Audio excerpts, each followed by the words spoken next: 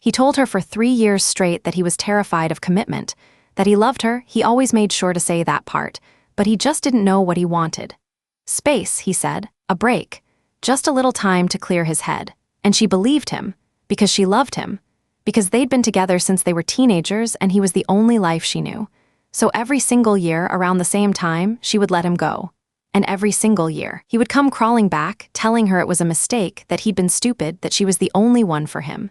She forgave him, again and again and again. But here's what she didn't know, what nobody told her until it was far too late. Those breaks, they weren't about fear, they were about someone else entirely.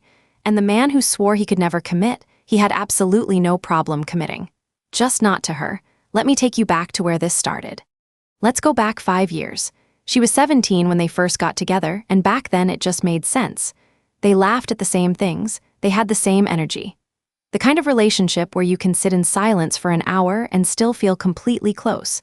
As they got older, she left for graduate school, a state away, a 4-hour drive, and they transitioned into long distance without much friction. That part surprised her, honestly. Most couples crack under that kind of distance. But they didn't, or at least that's what she thought. He had his interests. She had hers. They weren't clingy, they weren't codependent. On paper, they were exactly the kind of balanced, healthy couple that relationship advice columns hold up as the ideal.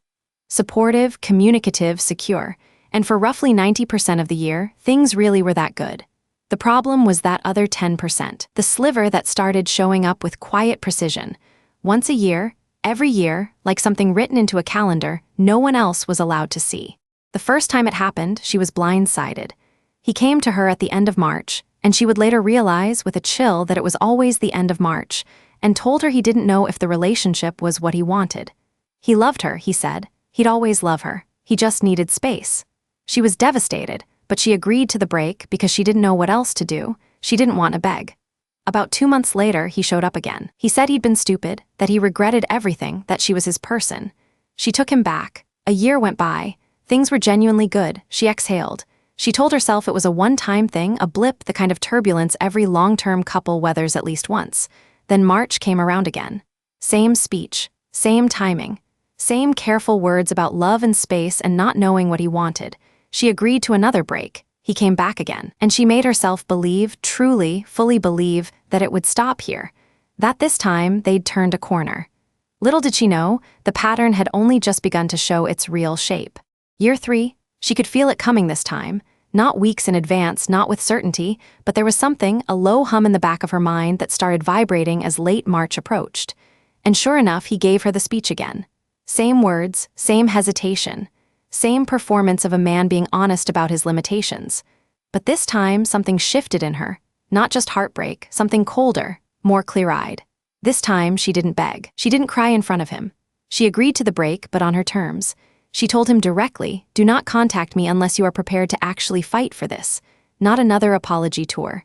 Not another round of I was stupid and I'm sorry. Fight for it or don't come back." When she later shared all of this online and asked strangers for advice, one commenter stopped her cold. Always the same timing, he's up to something. Some trip, some event, something he's not admitting. Do you see it? Do you recognize what that is? She did not.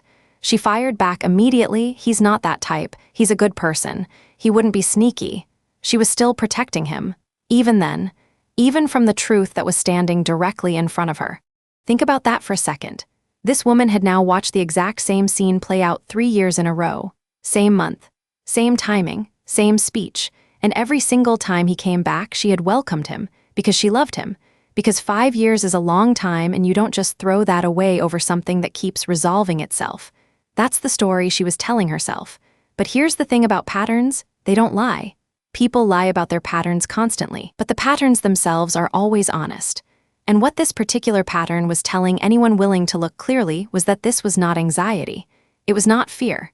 It was not a man authentically wrestling with commitment. It was a man who needed a window.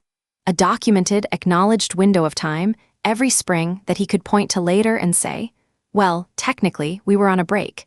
She didn't have the full picture yet. But every piece of it was already in place, already arranged, already waiting for the moment when it would all become impossible to explain away. The universe had been keeping score the entire time. It always does. 4 months passed. She spent that time doing something she hadn't been able to do in years, breathing.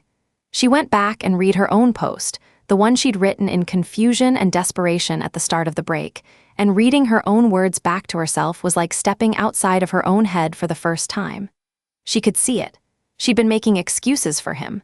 She'd been justifying staying miserable because she loved him, because 5 years of sunk cost had its hooks deep in her, because walking away felt like failure and not like freedom.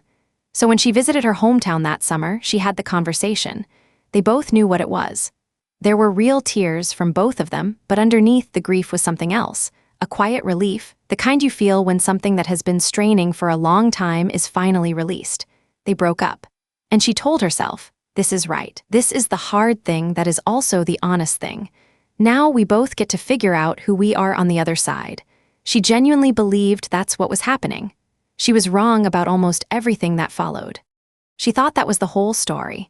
Two people who had loved each other hard through their teenage years, grown in different directions, and had the maturity to end it honestly. It wasn't dramatic. It wasn't bitter. No villain, no betrayal, just two people releasing each other with some dignity and tact. And honestly, she was starting to feel okay. More than okay. She was spending time with friends who made her feel seen and genuinely important. She was waking up without the low hum of dread she'd carried so long she'd stopped noticing it. She was starting to discover things about herself she'd put on a shelf while she'd been absorbed in his annual cycles of uncertainty. She thought they were both going to be fine. Two adults who handled something painful the right way. A clean ending.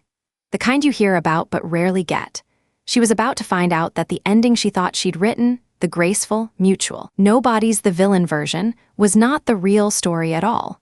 The real story had been running quietly alongside hers the entire time, just out of sight.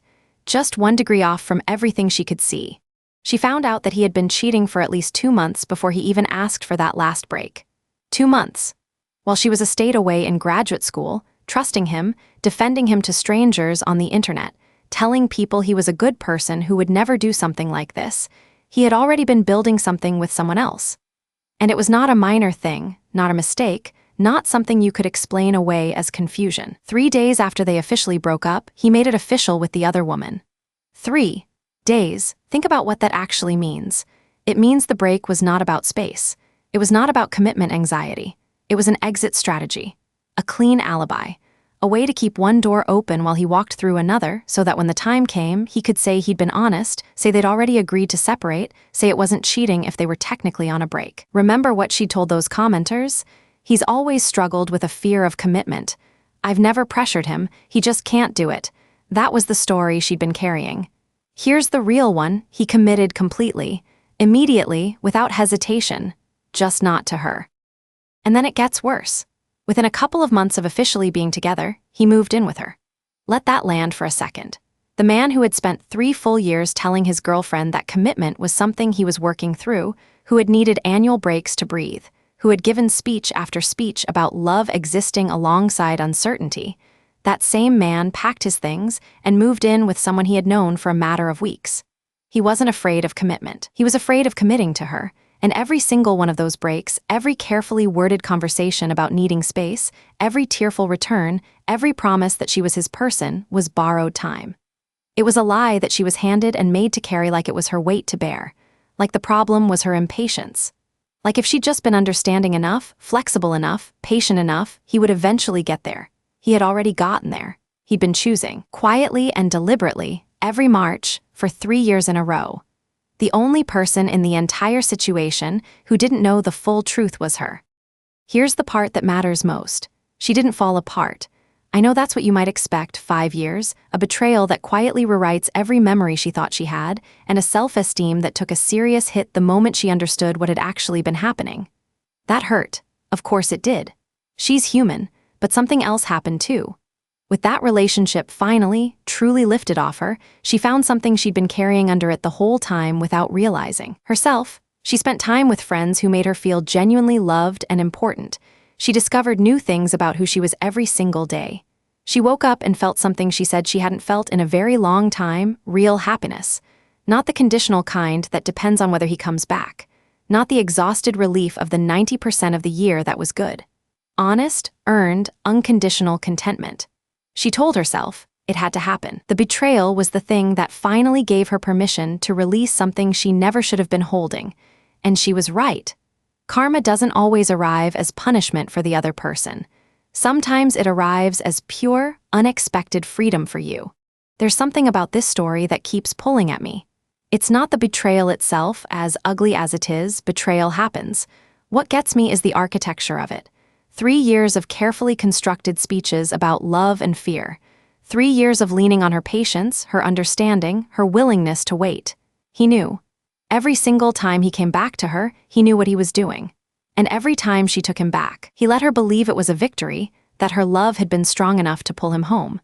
But the house was never hers to begin with. Here is what the universe does with that kind of sustained, deliberate deception. It files it, quietly, without announcement. And then one day, the person who thought they were being so clever is standing somewhere they chose, the apartment they moved into, the life they picked, and the weight of every lie is just sitting there, fully paid and overdue. She isn't anywhere near that mirror. She moved on. She's busy being happy, discovering herself, building something real. That is the karma, not his consequences. Her freedom. If this story hit you somewhere true today, drop a like and subscribe. We post daily stories of betrayal, justice, and the karma that always finds its way home.